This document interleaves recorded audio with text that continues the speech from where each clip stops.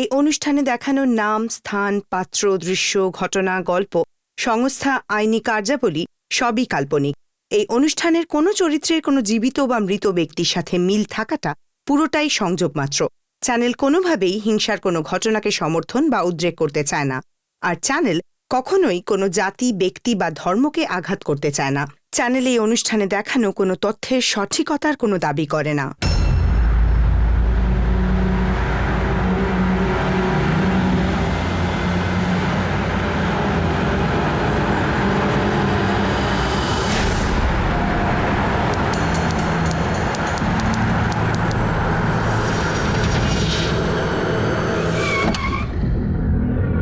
চল বাইরে বেরো,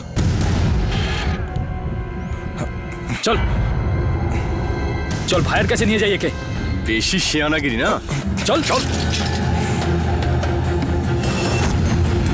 চল সামনে চল।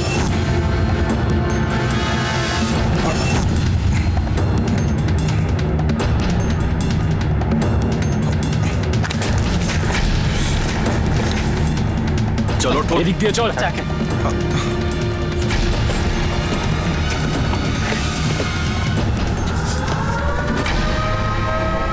আরে তাড়াতাড়ি চল চল চল চল, এই সিঁড়ি আছে, নামতে হবে। এই সাবধানে চল, এই দেখে ওঠ।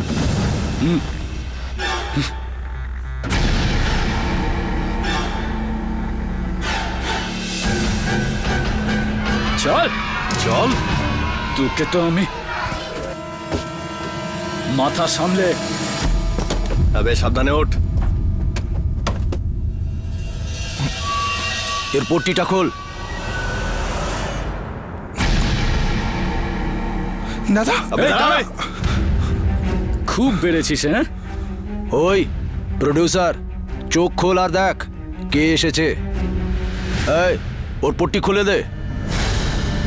দাদা, দাদা, কে কে তুমি? দাদা, আমি সুলেমান। দাদা, দাদা, আমি এ কে রে তুই? আমি ওনার ভাই। শালা, এ বলছে তোকে চেনে না। তুই কোথা থেকে এসেছিস? তুই এর কে হোস বল। কে হতে পারি আমি? আমি আপনাদের জন্য এই এতগুলো টাকা এনেছি, 25 লাখ টাকা। কে হতে পারি আমি? আর আপনি বলছেন ও আমাকে চিনতে পারছে না? আরে মেরে মেরে তো ওর অবস্থা খারাপ করে দিয়েছেন আপনারা।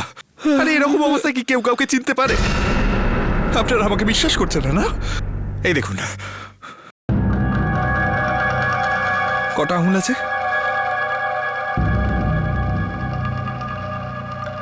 4টে। দেখলেন তো? চলো দাদা, বাড়ি চলো। চলো দাদা, মা তোমার জন্য অপেক্ষা করছে। মায়ের শরীরটাও খারাপ হয়ে গেছে তোমার জন্য, দুশ্চিন্তায়।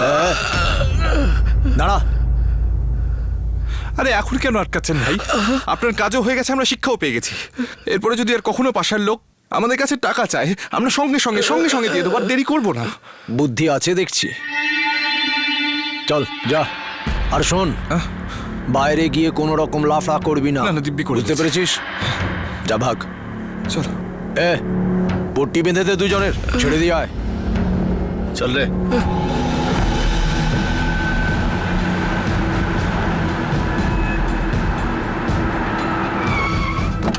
চল চল চল, বাইরে বেরো। আর পট্টিটা 10 সেকেন্ড পরেই খুলবি, বুঝলি? এই চল।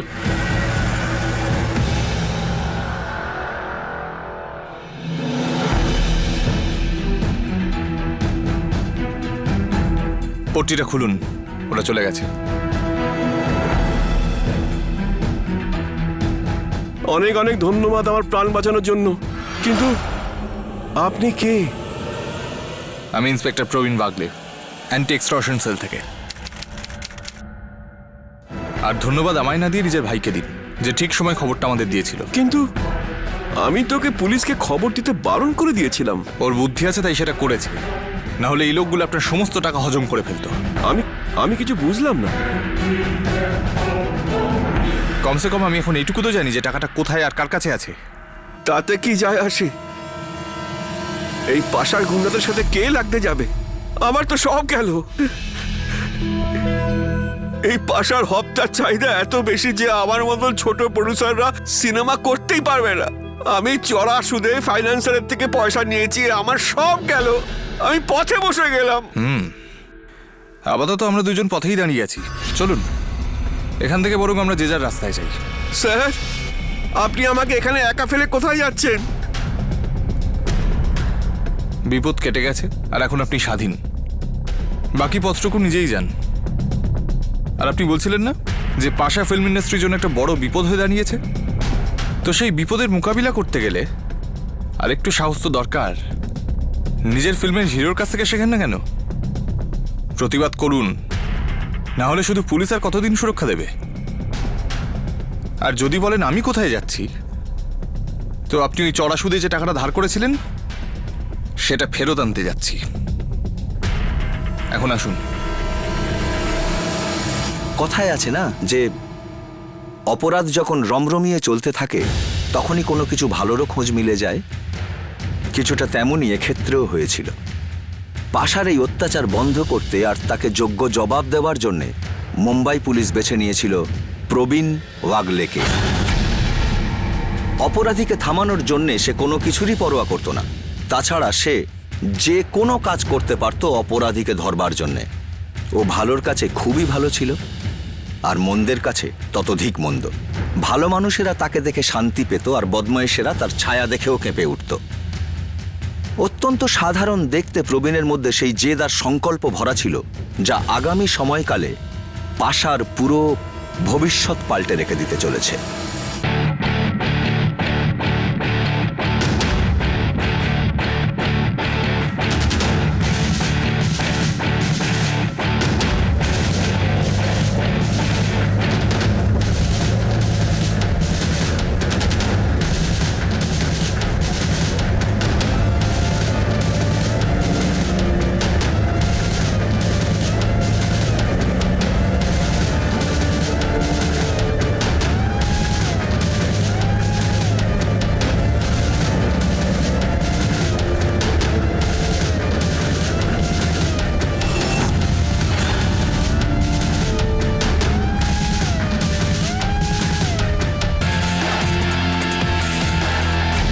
চল চল।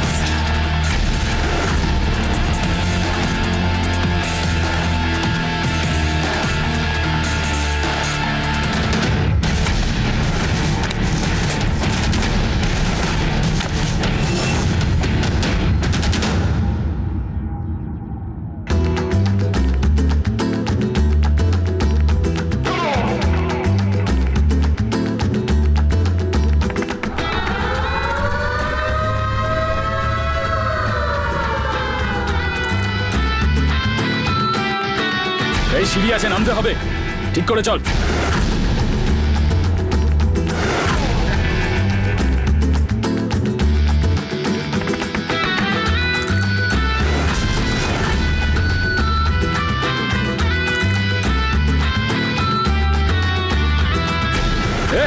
চল, মাথা সামলে। আরে আরে, তুই ফিরে এলি কি করে? হ্যাঁ বল।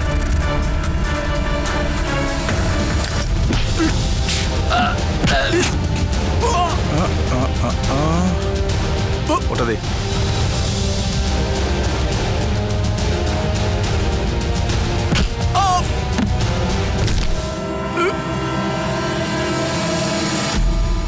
কেউ যদি একটুও চালাকি করে না, এই সমস্ত গুলি ওর শরীরে ঢুকিয়ে দেবো।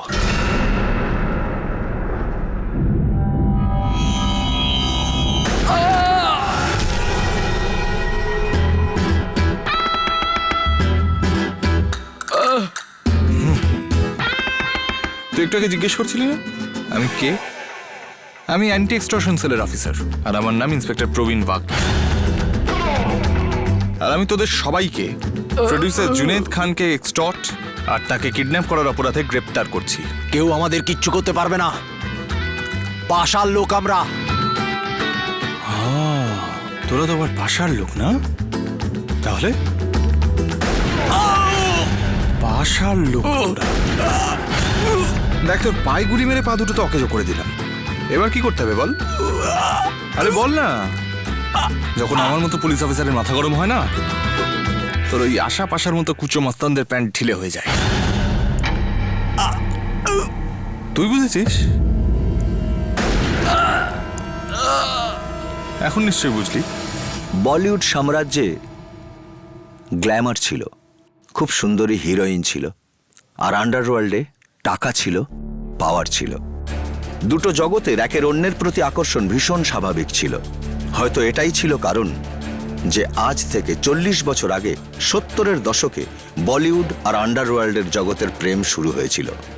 সেই সময়ের এক ডন এক উদ্ভিন্ন যৌবনা হিরোইনের প্রেমে পড়ে বলিউডের সাথে সম্পর্ক তৈরি করে, আর নিজের প্রিয়তমার জন্য ফিল্ম প্রডিউসও শুরু করে, আর ফাইন্যান্সও।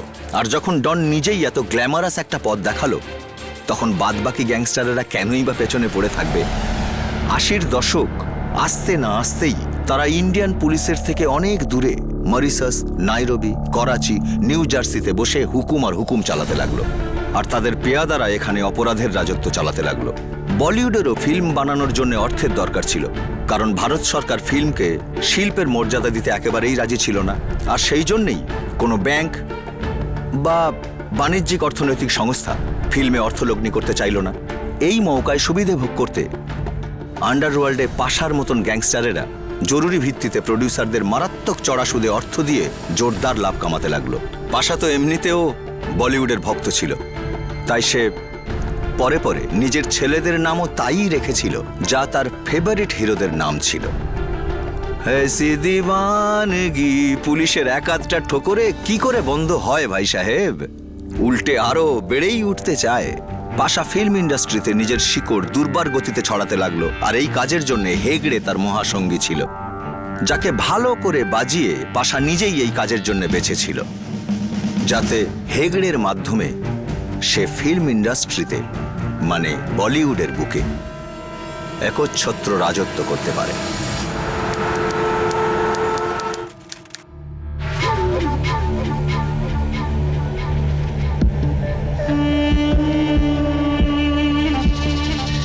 ভাই একটা খারাপ খবর আছে। অ্যান্টি এক্সটর্শন সেলে একটা কড়া পুলিশ অফিসার এসেছে, প্রবীণ ওয়াগলে। আমাদের লোকেদের পায়ে গুলি করে ওদের জেলে ঢুকিয়েছে, আর জুনেদ খানের অপহরণের টাকাও নিয়ে গেছে। ভাই এটা কে বলুন তো, যার কোনো ভয় ডর নেই? ও খুব সাহস দেখাচ্ছে ভাই, কিছু করতে হবে ভাই এর। দাবা খেলার প্রত্যেকটা ভালো চাল এত গুরুত্বপূর্ণ কেন হয় জানিস তুই? কারণ প্রত্যেকটা চাল দেবার আগে যে চাল দেয় সে সমস্তটা বুঝে আর ভেবে চিনতে চালটা দেয়। জীবনটাও তেমনি দাবা খেলার মতো, প্রতিপক্ষের বিরুদ্ধে চাল দেবার আগে সে কি চাইছে সেটা ভালো করে বুঝে নিতে হয়, যাতে ওর চালের সঠিক জবাব দেওয়া যায়। বলিউডের পিছনের এবং বাইরের দরজা ভুলে এবার সামনের দরজা দিয়ে ঢোকার সময় এসে গেছে। যা কিছু হয়েছে সেটা এখন এসব ছোটখাটো কাজ করে আমাদের সম্মান থাকছে না। আমার মাথায় কিছুই ঢুকছে না ভাই।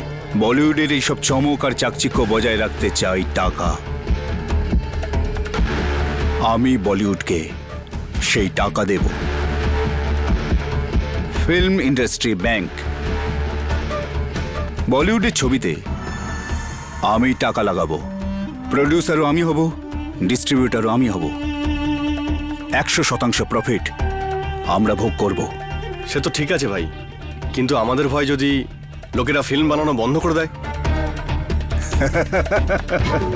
দেখ, ভারতবর্ষে দুটো জিনিস তৈরি হওয়া কখনো বন্ধ হবে না, বেবিজ আর মুভিজ। সেই কারণে আমাদের বলিউডে রাজত্ব কায়েম করতেই হবে, আর হেগড়ে হবে এই খেলার মন্ত্রী। না না, ওই হেগড়েকে বলে দে ওই নতুন হিরোইনকে পাশা পেতে চায়। ওর প্রথম ছবিটা দেখেই পাশা একেবারে খাল্লাস হয়ে গেছে।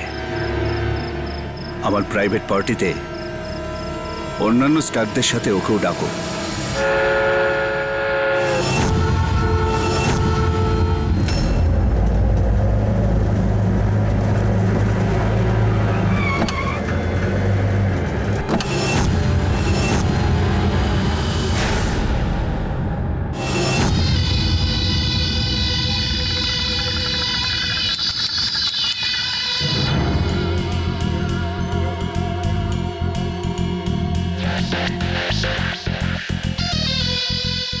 এই স্পট দুটো চেয়ার এনো তাড়াতাড়ি। আসুন আসুন আসুন আসুন আসুন আসুন। চলো 10 মিনিট ব্রেক, রেস্ট নিয়ে নাও। এখান থেকে সবাই সরো প্লিজ। আসুন স্যার, বসুন বসুন স্যার।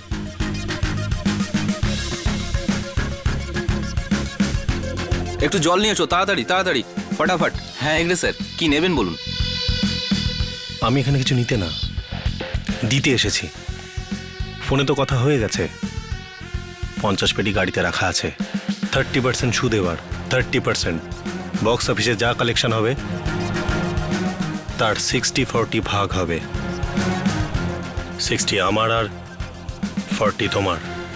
লোকসান যেন না হয় এবার, আর যদি সেটা হয় তো বুঝে গেছি ভাই, বুঝে গেছি। হেগড়ে স্যার, একটা বড় প্রজেক্ট আছে, কিন্তু ওখানে সনম খান, দুটো বড় হিরোইন রুবি, সোমিয়া, এদেরকে চাই। এদেরকে আপনার প্রজেক্টে একটু নেওয়ার ব্যবস্থা করতে হবে। কাজ হয়ে যাবে।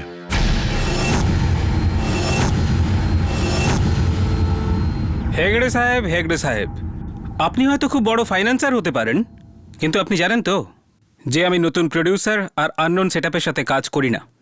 আর এই কথাটা আমি আগেও দুবার আপনার লোকেদের বলেছি। ভালো হয় যদি এবার আপনিও বুঝে যান। সেটা আমি ভালোভাবেই বুঝে গেছি, এবার আপনি বুঝে নিন। আমার লোক আপনার পেছনে কন্ট্রাক্ট আর ঘোড়া নিয়ে দাঁড়িয়ে আছে। হয় আপনি কন্ট্রাক্ট সাইন করুন, না হলে ওরা আপনাকে এই জীবনের জন্য সাইন আপ করে দেবে।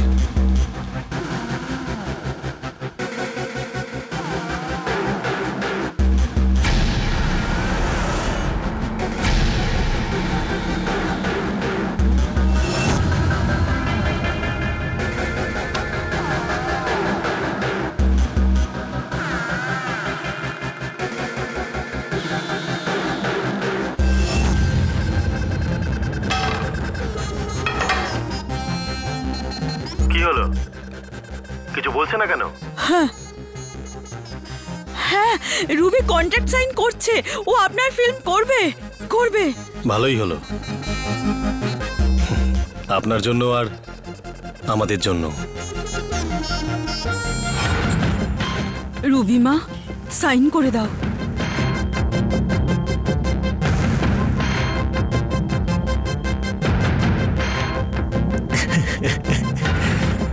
আচ্ছা, আর একটা কাজ আছে তোর। ওই যে সোমিয়া আছে না, সোমিয়া, ওকেও সিনেমাটায় নিতে হবে। কবে কিভাবে আলাপ করাবি এটা তুই ভেবে নে।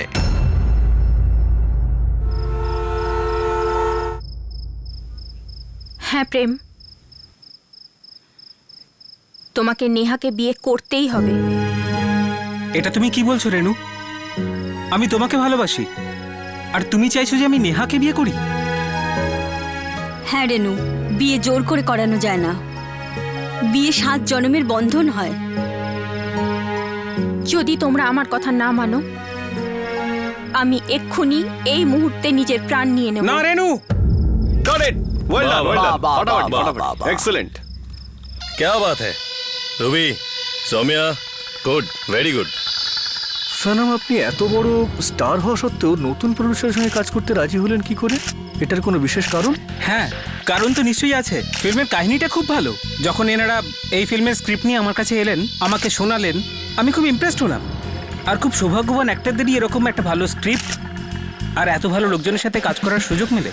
হেগড়ে স্যার, বলিউডে লাভের সাথে সাথে লোকসানও হয়, তাহলে আপনি এখানে ইনভেস্টমেন্ট করার রিস্ক কেন নিলেন? ভাই আমি বিজনেসম্যান, আর শুধু বলিউডই কেন, প্রত্যেকটা ব্যবসাতেই লাভ লোকসান থাকে।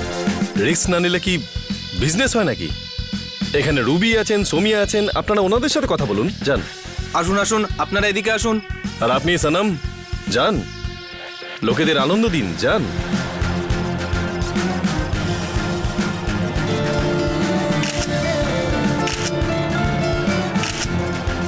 শোন, পাশা ভাইয়ের সম্পত্তি ওটা, ওকে একটু চোখে চোখে রাখিস। যা। ঠিক আছে।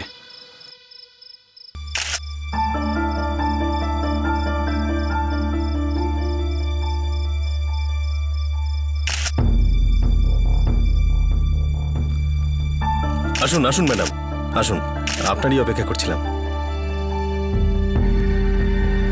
এসো, একটা ছবি নাও।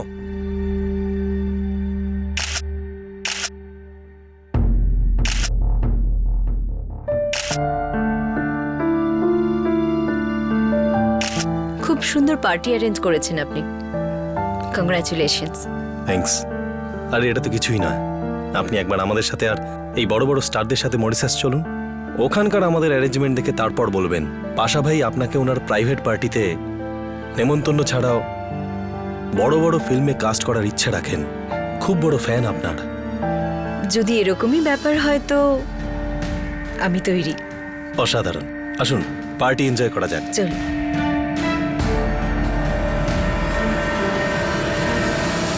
আও, hello Nayana Devi, how are you? Pasha ভাইয়ের সম্পত্তির দিকে আর একবার যদি তাকাস না, তোর চোখ দুটো তোর উপরে বের করে নেবো, বুঝতে পেরেছিস? Carry on guys.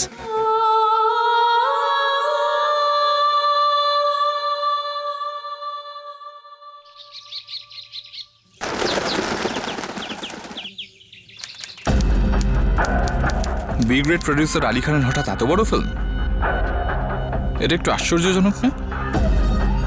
এমনকি এই ফিল্মের ডিরেক্টরও ওই যে বড় বড় গ্যাংস্টারদের ওপরে ফিল্ম বানানোর জন্য বিখ্যাত।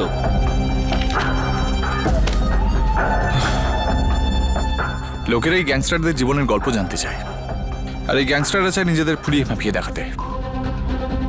এই জন্যই তৈরি হয় এরকম ফিল্ম, আর তৈরি করে এই যে এ ধরনের নির্দেশকরা। কিন্তু লোকেরা এটা জানে না, আন্ডারওয়ার্ল্ডের লোকেরা হিরো নয়, কাপুরুষ। যেমন ওই লোকটা পাশা। পাশা এখন আর ছোটখাটো নেই, সারা দেশ জুড়ে ওর আতঙ্ক ছড়িয়ে পড়েছে। সব ইন্ডাস্ট্রিতেই, সেটা শিপিং হোক, কনস্ট্রাকশন হোক, কন্ট্রাক্ট কিলিং, এমনকি রাজনীতিতেও। সব ইন্ডাস্ট্রি ওই কন্ট্রোল করে। যেখানে টাকা, পাওয়ার আর গদি আছে না, সেখানে ও রাজ করে। পাশা একজন ছোটখাটো গুন্ডা, আর সেটাই থাকবে। ও শুধু আইনের হাতের বাইরেই যা, আর তাই আজকাল একটু পাওয়ারফুল হয়ে গেছে। আমি এটা মানছি যে ওর ব্যবসার পদ্ধতিটা খুব ভালো, আর ও এই দেশের সব থেকে বড় লোক। কিন্তু আসলে তো ও পালিয়ে বেড়ায়, আড়ালে থেকে সব চালগুলো দেয়, আর গিয়ে এমন একটা দেশে বসে আছে যেখানে আমাদের এক্সট্রাডিশন ট্রিটিও চলে না।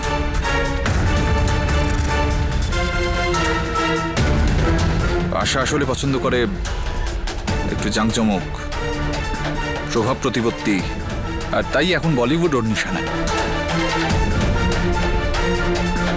ও এই ইন্ডাস্ট্রির সমস্ত মধু চুষে নেবে।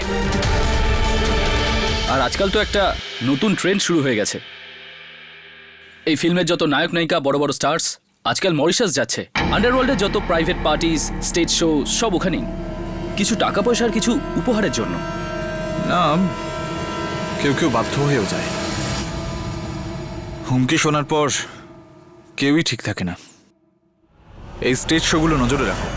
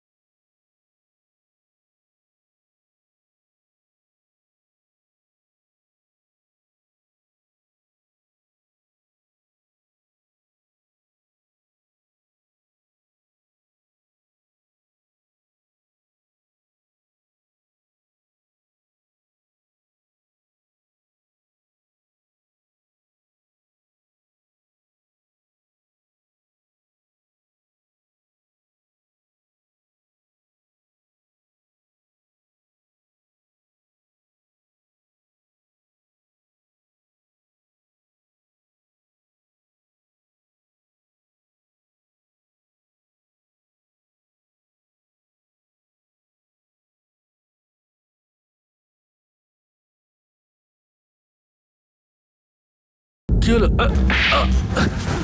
হ্যাঁ কিরে, খুব চর্বি হয়েছে তোর? দেবো না ওখানে নাচবি? হ্যাঁ এই কি হয়েছে, চল দেবো। শালা দেবো, হ্যাঁ নাচবি কি না?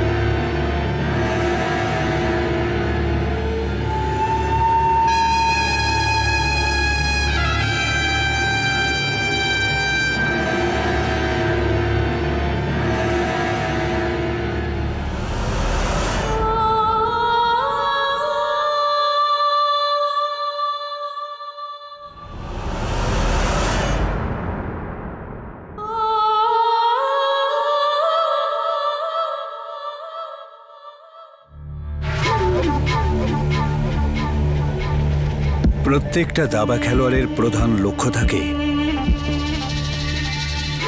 রানীকে জয় করা।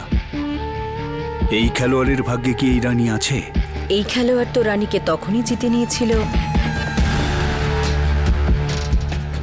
যখন 4 চোখ এক হয়েছিল। নয়না, তোমাকে আমার খুব ভালো লাগে। বলো কি করতে পারি আমি তোমার জন্য? আমি ডিরেক্টর রাজা প্যাটেলের ফিল্ম করতে চাই। মনে করে হয়ে গেছে, কিন্তু মনে রেখো অনেক কষ্ট করে এই রানীকে আমি পেয়েছি। যদি এই রানী I will never cheat on you. আপনি আমার রাজা আর আমি আপনার রানী। দুজনে মিলে বলিউডের রাজ্যে রাজত্ব করব।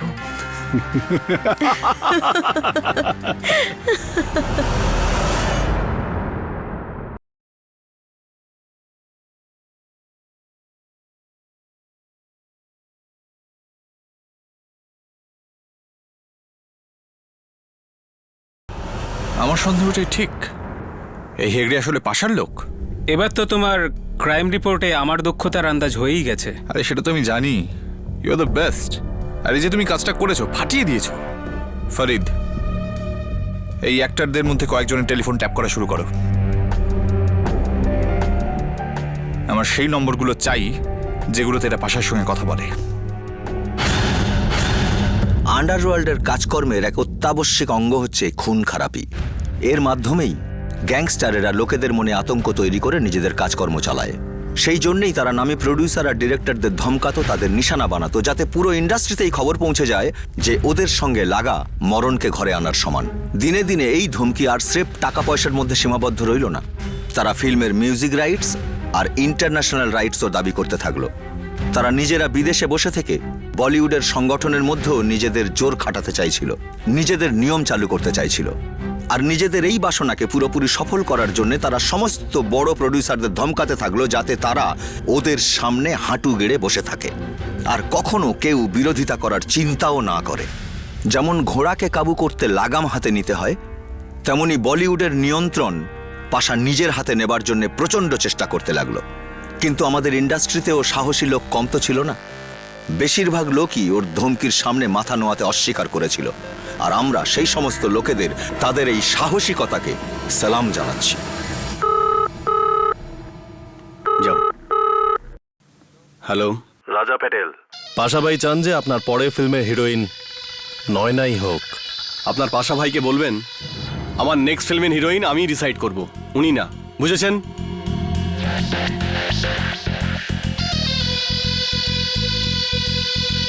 আর তোমার টাইম যে শেষ সেটা আমি ডিসাইড করে নিয়েছি।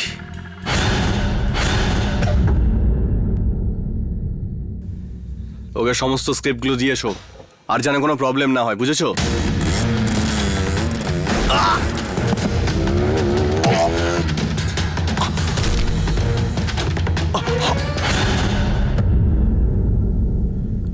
রাজা প্যাটেল, আপনি রিপোর্ট লেখানোর অবস্থায় আছেন? কারা করলো এই সমস্ত? আপনি কাউকে সন্দেহ করেন? দেখুন, একটু মনে সাহস রাখুন। যদি আপনারা কমপ্লেন না লেখান তাহলে ইন্সপেক্টর প্লিজ, আমি কিচ্ছু জানি না।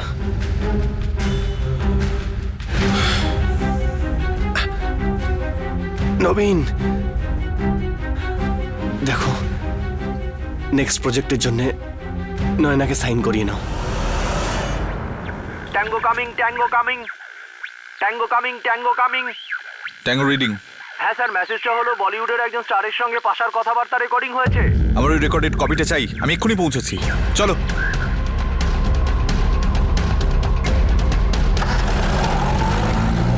কিছু বড় স্টার এই গ্যাংস্টারদের সঙ্গে যুক্ত হতে থাকলো, কেউ ভয়ের কারণে, তো কেউ পাওয়ার, পয়সা আর উত্তেজনা ভোগ করতে, আবার কেউ নিজের কেরিয়ার ঠিক করতে, প্রডিউসারদের নিজেদের শর্ত মানাতে, নতুন নতুন ফিল্ম সাইন করতে, ইত্যাদি ইত্যাদি। কিন্তু কারণ যাই হোক, তা ইন্ডাস্ট্রির ভালোর জন্য ছিল না। ওই প্রবাদটা তো জানেন নিশ্চয়ই আপনারা, ঘরের শত্রু লঙ্কার বিভীষণ।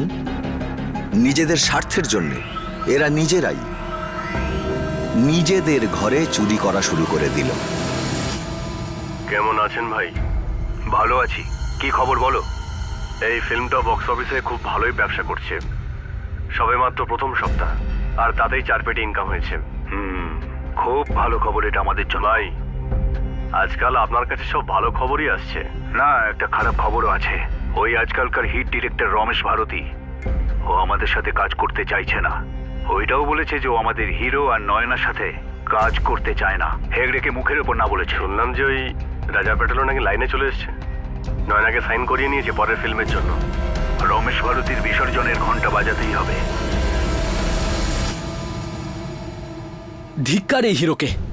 পুরুষ হয়ে কাপুরুষের মতো কথা বলে, নিজেরই ইন্ডাস্ট্রির লোকের পিঠে ছুরি মারছে। আমাদের একে এক্ষুনি অ্যারেস্ট করে এক্সপোজ করে দেওয়া উচিত। না না না ফরিদ, দাবা খেলার একটা নিয়ম আছে। যখনই তুমি জয়ের কাছাকাছি আসবে, তাড়াহুড়ো করে আর চাল দেবে না। আর এই নিয়মটা আমাদের এই কেসেও প্রযোজ্য। আর এই যে এই ফিল্ম স্টারটা, এ আমাদের এই খেলার সেই খুঁটি যা কখনো সোজা চালে চলে না, কিন্তু ওর উল্টো চালই ওকে ডুবিয়ে দেবে। কিন্তু ততক্ষণ বলিউডে কে কোথায় কোন চাল দিচ্ছে সেই সমস্ত খবর আমাদেরকে এদের কথা ট্যাপ করেই পেতে হবে। আর আমাদের এক্ষুনি রমেশ ভারতীকেও জানানো উচিত। আশা করছি যে ও রাজা পাটেলের মতো ব্যবহার করবে না, আর কোঅপারেট করবে। আমার আপনাদের সিস্টেম আর পুলিশের ওপর যথেষ্ট ভরসা আছে, কিন্তু আমি একটা ব্যাপার বুঝতে পারছি না যে আপনাদের কাছে ইনফরমেশনটা পৌঁছলো কিভাবে। হ্যাঁ, এই ব্যাপারটা সত্যি যে আমি আন্ডারওয়ার্ল্ড থেকে হুমকি পেয়েছি। ভারতীবাবু, আপনি ভয় পাবেন না, আমরা আপনাকে সব প্রোটেকশন দেব। Thank you. আর আমি হেগড়ের বিরুদ্ধেও কমপ্লেন লেখাতে চাই। ও আমাকে ওর ফিল্মে কাজ করার জন্য আর ওর হিরো আর হিরোইন নয়নাকে নিয়ে কাজ করার জন্য খুব খারাপভাবে প্রেশার দিচ্ছে।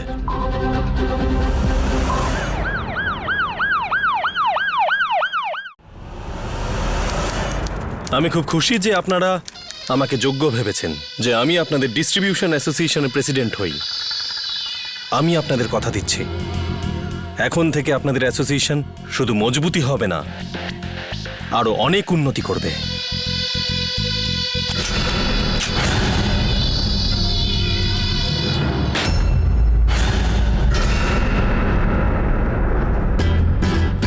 চল হেগড়ে, সরকারি অতিথি হবার জন্য তৈরি হ।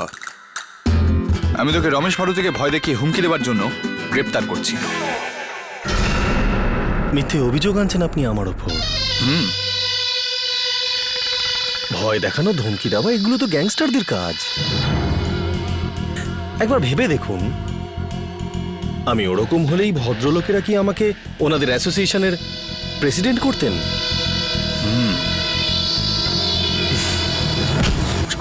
চল, শুনেছে তো, চল চুপ করে, কলার ছাড়। হ্যাঁ, চলো চলো, বসো, কেউ মরেনি।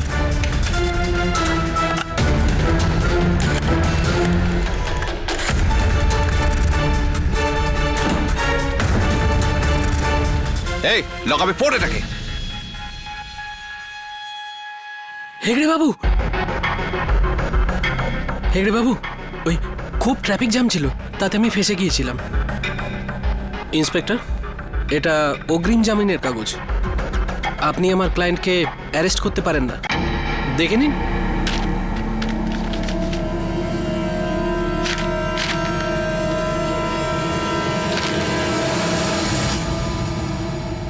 যদি রমেশ ভারতীর কোনো ক্ষতি হয় না, কথা দিচ্ছি তোকে নরকে পৌঁছে দেব। কি যাতা কথা বলছেন? রমেশ ভারতীর সাথে আমার আবার কি সম্পর্ক? ইন্সপেক্টর, আমি নিজে কাল শুট করতে যাচ্ছি গোয়া। ছাড়ুন।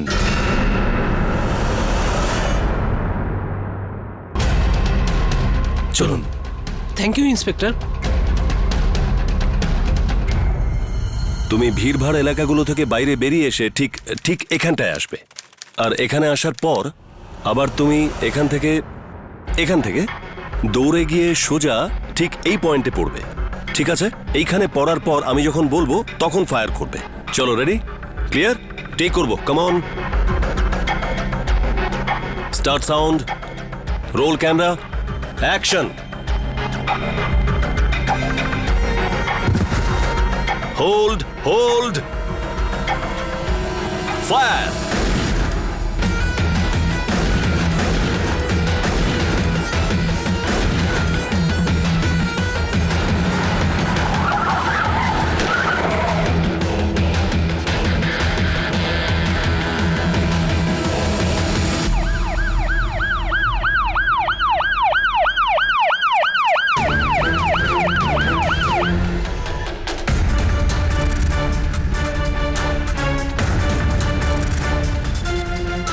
কি ব্যাপার?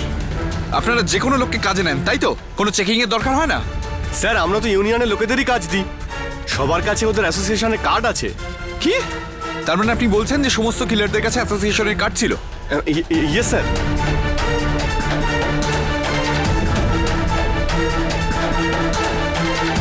তার মানে হেগড়ের লোকজন বলিউডের সমস্ত ডিপার্টমেন্টে ঢুকে পড়েছে। আমাদের লাইনে অন্য সমস্ত দাদাদের থেকে আমি সফল। আমার নামেতে লোকের মনে যে ভয়টা ঢুকে আছে না, তাতে আমাদের ধান্দা টিকে আছে। তোমারই বোকামিতে আমাদের ধান্দার ক্ষতি হয়েছে। ভাই, আমি ফিল্ডিং ভালোই সাজিয়েছিলাম, ওর ভাগ্য ভালো ছিল বলে বেঁচে গেল। সেটাই তো। ওকে আর বাঁচিয়ে রাখা যাবে না, এটা আমাদের সম্মানের ব্যাপার। আচ্ছা, ওয়াগলে তোকে অ্যারেস্ট করতে এসেছিল, এই কথাটা আমার কাছে লুকিয়ে রাখলি? লোকাইনি ভাই, শুধু আপনাকে বলিনি। এত ছোটখাটো ব্যাপারে আমি আপনাকে ডিস্টার্ব করতে চাইনি, কিন্তু এই মামলাটা আমি ভালোই সালটেছি। চাপ, এটাই ভুল তোর। এই ওয়াগলে খুবই ধুরন্ধর পুলিশ অফিসার, বোম্বে পুলিশ ডিপার্টমেন্টের খুব নামজাদা অফিসার। ও 1 নম্বরের শুট আর ওর নিশানা কখনো ভুল হয় না। যে ওর সামনে পড়ে সে খালাস খালাস। প্রত্যেকটা কাজও 100% সফল। কথা বলতে হবে ওর সাথে। নম্বরটা বল। ফরিদ, ভারতীয় শুটারদের স্কেচ তৈরি করো, সমস্ত ইনফরমারদের সঙ্গে দেখা করো, একটা না একটা লিড তৈরি করো। এই শয়তানগুলোকে ছাড়া যাবে না। বলিউড থেকে আন্ডারওয়ার্ল্ডের ছায়া মুছে ফেলতেই হবে। অনেক হয়েছে। ওই ফাইলটা নিয়ে এসো তো।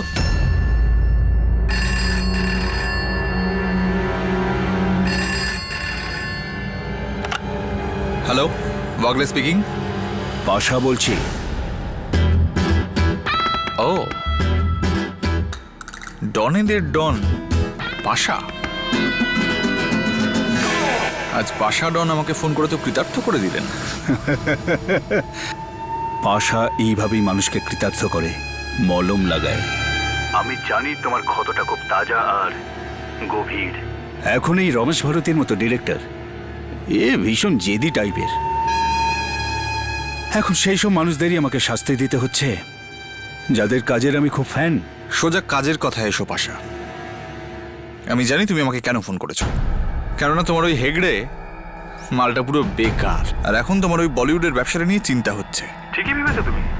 তোমার আর বলিউডের মধ্যে একটাই দেওয়াল, আমি। চলো খেলাটা শুরু করি। ইউ অ্যান্ড মি, মাঝখানে কেউ নেই। মনে হচ্ছে তুমিও দাবা টাবা খেলো, সেই জন্য কিস্তি মাত করতে চাইছো। কিস্তি তো মাত হবেই পাশা। আর এখন আমি তোমার স্পট বয়েজ, স্টান্টম্যান, এই সমস্ত পেয়াদাগুলোকে পেঁয়াদাবো। ওয়াগলে, স্বপ্ন খুব ভালোই দেখো, বাস্তবটাও চেনো। পাশার রাস্তায় আসছো তুমি। তুমি বরং নিজের কথা ভাবো পাশা। এখন থেকে তোমার প্রত্যেকটা লোক আমার সব থেকে বড় শত্রু। আর এই লোকগুলোর বিরুদ্ধে আজ থেকে, এখন থেকে আমার যুদ্ধ শুরু। বাহ, অনেকদিন বাদে বেশ জবরদস্ত প্রতিপক্ষ পেলাম। তোমার চ্যালেঞ্জটা অ্যাকসেপ্ট করলাম। খেলা জমবে ওয়াগলে।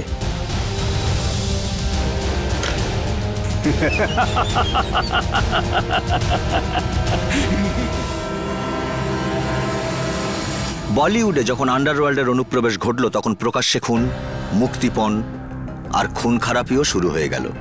আন্ডারওয়ার্ল্ডের টাকায় অনেক ফিল্ম শুরু হয়ে গেল। ধীরে ধীরে ফিল্মের অর্থনীতিতে আন্ডারওয়ার্ল্ডের প্রভাব মজবুত হতে থাকলো। আর আন্ডারওয়ার্ল্ড ডন পাশার সিদ্ধান্তেই ফিল্ম ইন্ডাস্ট্রি পুরোপুরি চলতে লাগলো। গ্যাংস্টারেরা তাদের চাহিদা আর শর্তগুলো এমনভাবে রাখতে শুরু করলো যেন সেগুলো তাদের জন্মগত অধিকার। আর যারাই না বলার ধৃষ্টতা দেখালো তাদের মৃত্যুদণ্ড হলো। বলিউড এক আতঙ্কের ছায়ায় চলতে শুরু করেছিল। আর প্রবীণ ওয়াগড়ের মতো কিছু সৎনিষ্ঠ পুলিশ অফিসার এই আবর্জনাকে সাফ করার চেষ্টায় দিন রাত লেগেছিল। কিন্তু একথা ইন্ডাস্ট্রিরও তো ভাবা উচিত ছিল যে কাকে আসতে দেবে আর কাকে নয়। যাই হোক, তো বলিউড আর আন্ডারওয়ার্ল্ডের সম্পর্কের সির্ফ আরম্ভ ছিল। আর যখন শুরুটাই এমন ছিল তখন তার পরিণতি কেমন হতে পারে প্রবীণ ওয়াগলেও সম্ভবত এটা আন্দাজ করেছিল। আর সেই জন্যই সে ঠিকও করে নিয়েছিল যে কোনো মূল্যেই হোক পাশা আর তার পার্শ্বচর হেগড়েকে বলিউড থেকে খেদিয়ে বার করে দেবেই। কি করে হবে সেটা সম্ভব দেখবেন এনকাউন্টারের আগামীকালের পর্বে।